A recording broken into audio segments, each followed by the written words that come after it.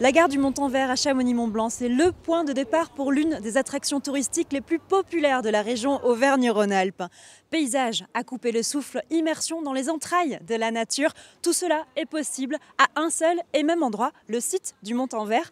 Pour le découvrir, il faut embarquer.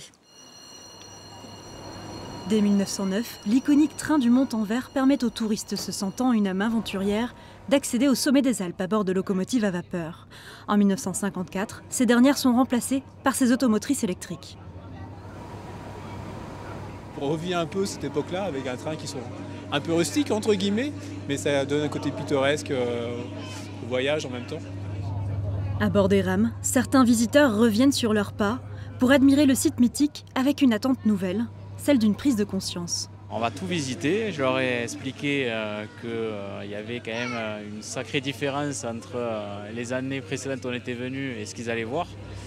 Alors c'est spectaculaire, peut-être pas dans le bon sens, mais ça permet de prendre conscience aussi du déclin du glacier. Découverte en 1741, la mer de glace devient une excursion touristique incontournable de la vallée de Chamonix.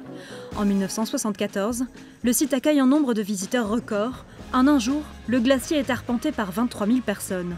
Une véritable attraction touristique, mais depuis 1990, le glacier dépérit. Moi j'ai attaqué à travailler ici il y a 20 ans. Le glacier qu'on distingue en bas sous les cailloux était un peu plus de 100 mètres plus haut qu'à l'heure actuelle. Donc nous, en fait, on essaie d'attirer les clients avec d'autres choses. Donc cette nouvelle télécabine qui permet d'ouvrir la porte à la montagne, vraiment au cœur du massif. Ici, vous êtes au pied des Drues, vous avez les Grandes Jorasses au fond. L'enjeu actuel du Montanvert, transformer son tourisme contemplatif en tourisme consciencieux. On discute beaucoup avec des gens qui sont déjà venus quand ils étaient enfants.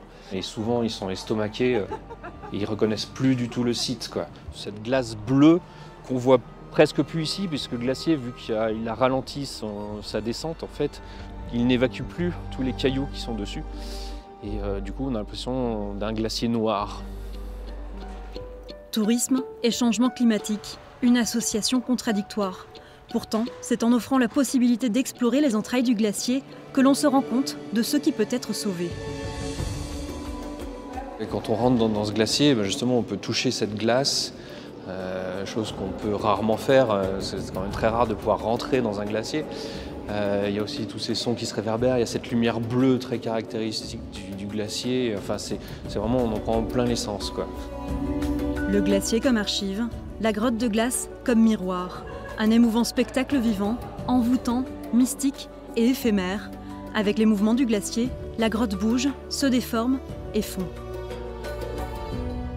La glace qu'on a ici, en fait, c'est de la glace qui a été formée il y a des centaines d'années en arrière. Toutes les petites bulles d'air que vous pouvez voir dans la glace, c'est de l'air qui date de la Révolution française. Combien de temps encore sera-t-il possible d'accéder à ce géant vivant? La Compagnie du Mont-Blanc s'est engagée à ne plus construire d'autres structures pour rejoindre le glacier. Dans 30 ans, l'existante pourra être démontée, rendant au massif son état brut. On espère que quand les gens viennent sur le Montanvert, ils se rendent compte vraiment de l'impact qu'on a tous sur l'environnement, sur notre environnement. Le mythique site du Montanvert, mer et grotte de glace, à jamais sentinelle du changement climatique et hôte d'un tourisme d'un nouveau genre.